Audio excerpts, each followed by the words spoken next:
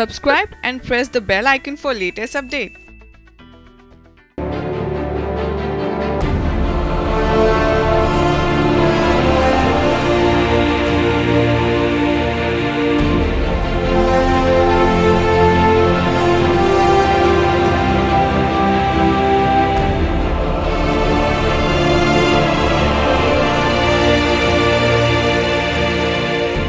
नमस्कार, मैं हूं अनुज मिश्रा और आप देख रहे हैं SPN 9।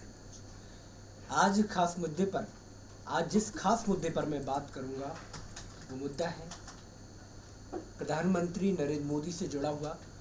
वो मुद्दा है लोकसभा इलेक्शन 2019 का, क्योंकि जिस तरीके से 2014 में प्रधानमंत्री मोदी ने एक हुंकार भरी थी और जिन मुद्दों को लेकर के प्रधानमंत्री मोदी ने सत्ता पर काबिज हुए थे, लेकिन जब ये भी कहा जाता है कि 2014 में प्रधानमंत्री मोदी की जो लहर थी वो पूरे देश में इस तरीके की देखने को मिल रही थी, चाहे वो युवा हो, चाहे वो बूढ़े हों, चाहे वो किसी भी उम्र के हों, हर किसी के मन में, हर किसी के कानों में सिर्फ एक गूंज उठ रही थी, मोदी मोदी मोदी। और यही गूंज अब जा कर के पूरे देश में थम सी गई है, क्योंकि देखने को ये मिलता है कि 2014 में जिस मोदी को जनता जिस तरीके से चाहती थी, जिस तरीके से उम्मीद लगाई थी, और उन उम्मीदों पर प्रधानमंत्री मोदी या फिर बीजेपी पार्टी कहाँ तक अपनी चीज़ों को सिद्ध कर पाई है कि वो सत्ता पर दोबारा किस तरीके से आना चाहेगी, किन मुद्दों को लेकर के आना चाहेगी। सवाल बहुत है और सवालों के जवाब प्रधानमंत्री मोदी को देने हैं, सवालों के जवाब बीजेपी सरकार को देने हैं। यूँ कहें कि बीजेपी सरकार जो सत्ता पर काबिज है, ये सवाल उनसे किए जाएंगे जिन नेताओं ने अपने चुनावी मैदान पर जाकर के जनता से एक अलग वादे किए हैं और उन वादों पर कितने खरे उतरे हैं, ये भी देखने वाली बात होगी। क्योंकि आपने कहते हैं कि चाहे विपक्ष हो, चाहे कांग्रेस हो, कोई भी पार्टी हो, ये कहती है कि जुमलेबाजों की सरकार है, और ये जुमलेबाजी करके 2014 में सत्ता पर तो आ गए हैं, लेकिन 2019 में कहीं ना कहीं मुंह की खानी पड़ी।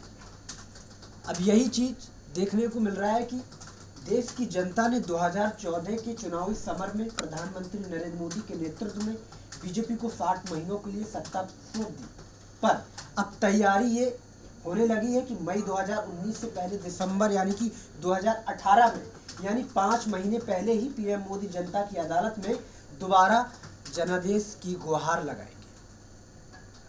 माना जा रहा है कि बीजेपी राजस्थान, मध्य प्रदेश, छत्तीसगढ़ के विधानसभा चुनाव के साथ साथ लोकसभा चुनाव का भी दांव खेलने का मन बना रही है।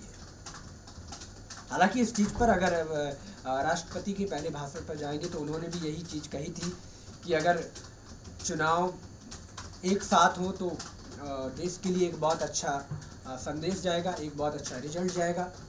और इस पर कहीं ना कहीं प्रधानमंत्री मोदी ने भी विचार किया है, और प्रधानमंत्री मोदी के साथ बिहार के जो CM हैं नीतीश कुमार, उन्होंने भी इस चीज़ पर विचार किया। उन्होंने अपनी मन की भावनाओं को व्यक्त किया है कि वो जैसे ही लोकसभा चुनाव होंगे उसके साथ साथ बिहार में भी चुनाव करवाना चाहते हैं। लेकिन फिलहाल में आने वाले वक्त में चुनाव होते हैं या नहीं होते हैं एक अलग बात हो जाती है, लेकिन जनादेश जो प्रधानमंत्री मोदी ने, वो अब प्रधानमंत्री मोदी को मिलेगा। सवाल बहुत सारे हैं, क्योंकि जनता को कहीं ना कहीं वो चीज़ें नहीं मिली हैं जो वादे किए गए थे। धरातल पर अगर बैठ कर या खड़े होकर के देखेंगे और ज़मीनी हकीकत पर जाएंगे तो जनता कहीं ना कहीं दुखी है। कुछ चीज़ें हैं, कुछ ऐसे सवाल हैं जो कहीं ना कहीं प्रधानमंत्री मोदी पर दागे जाएंगे। विपक्ष पार्टी उनको आड़े हाथ आए दिनों लेती रहती है, क्योंकि वादे कई हुए लेकिन उस पर खरा कितना उतरा गया, या फिर सरकार सारी चीज़ों को कर रही है या फिर बीच में ही कुछ गड़बड़ घोटाला चल रहा है। इस पर भी कहीं ना कहीं सरकार को सख्ती से पेश आना चाहिए। अब प्रधानमंत्री मोदी का 2014 के लिए क्या प्लान है, क्या आप तैयारियां करना चाहते हैं, या फिर एक जो बड़ा प्लान जिससे पूरी राजनीतिक पार्टियों में हलचल मच जाएगी, जो अमित शाह जो चाणक्य के तौर पे जाने जाते हैं और प्रधानमंत्री मोदी की जो साठगांठ है वो कहीं ना कहीं विपक्षी पार्टियों और कांग्रेस के लिए एक बहुत बड़ा जो है मुद्दा और कहीं ना कहीं एक बहुत बड़ा सवाल खड़ा कर देगी कि प्रधानमंत्री मोदी 2019 के लिए कमर कस चुके हैं और अब उनकी जो रणनीति है, उनका जो प्लान है जिससे पूरी सियासत हिलने वाली है, वो प्लान क्या है, आइए देखते हैं इस खास रिपोर्ट में। देश की जनता ने 2014 के चुनावी समर में नरेंद्र मोदी के नेतृत्व में बीजेपी को 60 महीनों के लिए सत्ता सौंपी थी, पर अब तैयारी ये होने लगी है कि मई 2019 से पहले दिसंबर यानी 2018 में 5 महीने पहले ही पीएम मोदी जनता की अदालत में दोबारा जनादेश की गुहार लगाएंगे। माना जा रहा है कि बीजेपी राजस्थान, मध्य प्रदेश और छत्तीसगढ़ के विधानसभा चुनाव के साथ लोकसभा चुनाव का भी दांव खेलने का मन बना रही है।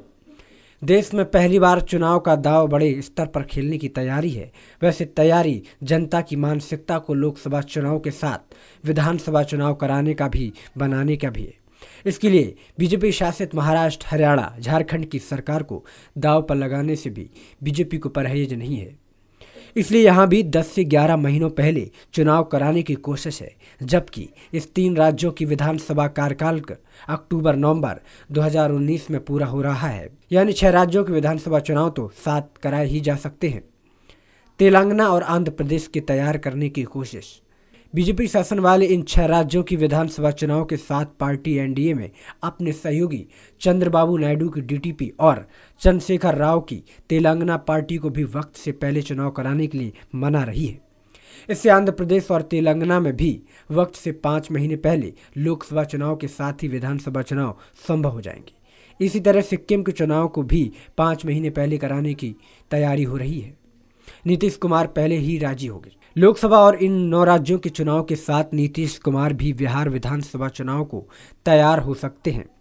दरअसल नीतीश पहले ही इस बात को कह चुके हैं कि अगर लोकसभा और विधानसभा चुनाव एक साथ होते हैं तो बिहार जल्दी चुनाव कराने का तैयार है। जाहिर है अगर बाकी दिसंबर में चुनाव की ऐसी तस्वीर उभरती है तो फिर देश में लोकसभा चुनाव के साथ विधानसभा चुनाव कराने की सोच का ही सेमीफाइनल भी होगा। इस दांव से चाहे अनचाहे क्षत्रपों के हाथों से सियासत निकलकर केंद्र के नायकों के इर्द गिर्द घूमेगी। आने वाले वक्त में ये देश को राष्ट्रपति प्रणाली की राह भी दिखा दे, इसके इनकार नहीं किया जा सकता। 10 राज्यों के विधानसभा चुनाव। अंदरूनी तौर पर दिसंबर में ही लोकसभा चुनाव के साथ 10 राज्यों के विधानसभा चुनाव की बिसात बिछाई जा रही है। इससे पीएम मोदी लोकसभा चुनाव के जरिए 10 राज्यों के विधानसभा चुनाव के मुख्य केंद्र में आ जाएंगे। राज्यों में तैनात बीजेपी के सीएम के इर्द गिर्द चुनाव न होकर मोदी के अक्स तले होंगे। मोदी के इस ट्रम्प कार्ड से बीजेपी शासित राज्यों में सत्ता विरोधी लहर धीमी पड़ जाएगी। बीजेपी शासित राज्यों में सत्ता विरोधी लहर। बता दें कि राजस्थान उपचुनाव में अभी से संकट पैदा कर दिया है कि बीजेपी हार सकती है। इसके अलावा छत्तीसगढ़ में रमन सिंह और मध्य प्रदेश के शिवराज सिंह लंबे वक्त से सत्ता में है। माना जा रहा है कि सत्ता विरोधी लहर का सामना उन्हें भी करना पड़ सकता है। जबकि महाराष्ट्र में देवेंद्र फडणवीस सरकार का संकट शिवसेना से खुले बीजेपी विरोध में जा सिमटा है। हरियाणा में खट्टर और झारखंड में रघुवर दास का संकट यही है कि दोनों मोदी की छाया तले ही सीएम है। ऐसे में दोनों राज्यों में बीजेपी के खिलाफ विपक्ष माहौल बनाने में जुटा है। न्यू इंडिया की सोच।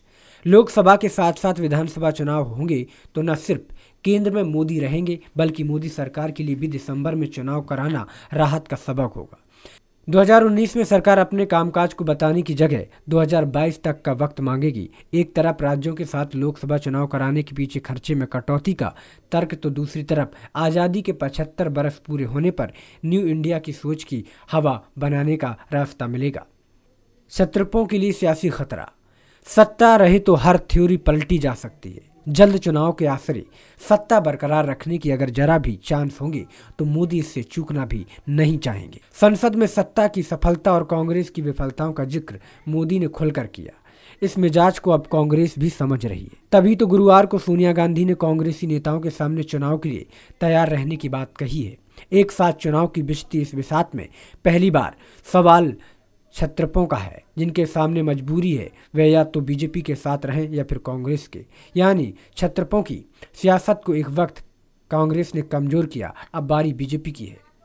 जी हाँ, प्रधानमंत्री मोदी का जो प्लान 2019 का है वो वास्तव में अमित शाह जो पार्टी के चाणक्य हैं और प्रधानमंत्री मोदी जिनकी एक मिली भगत से पूरी पार्टी का यूँ कहें कि भारत के पूरे आधे नक्शे पर राज्यों पर कहीं ना कहीं उन्होंने सत्ता काबिज कर ली है और अब उनका सपना है कि कांग्रेस मुक्त भारत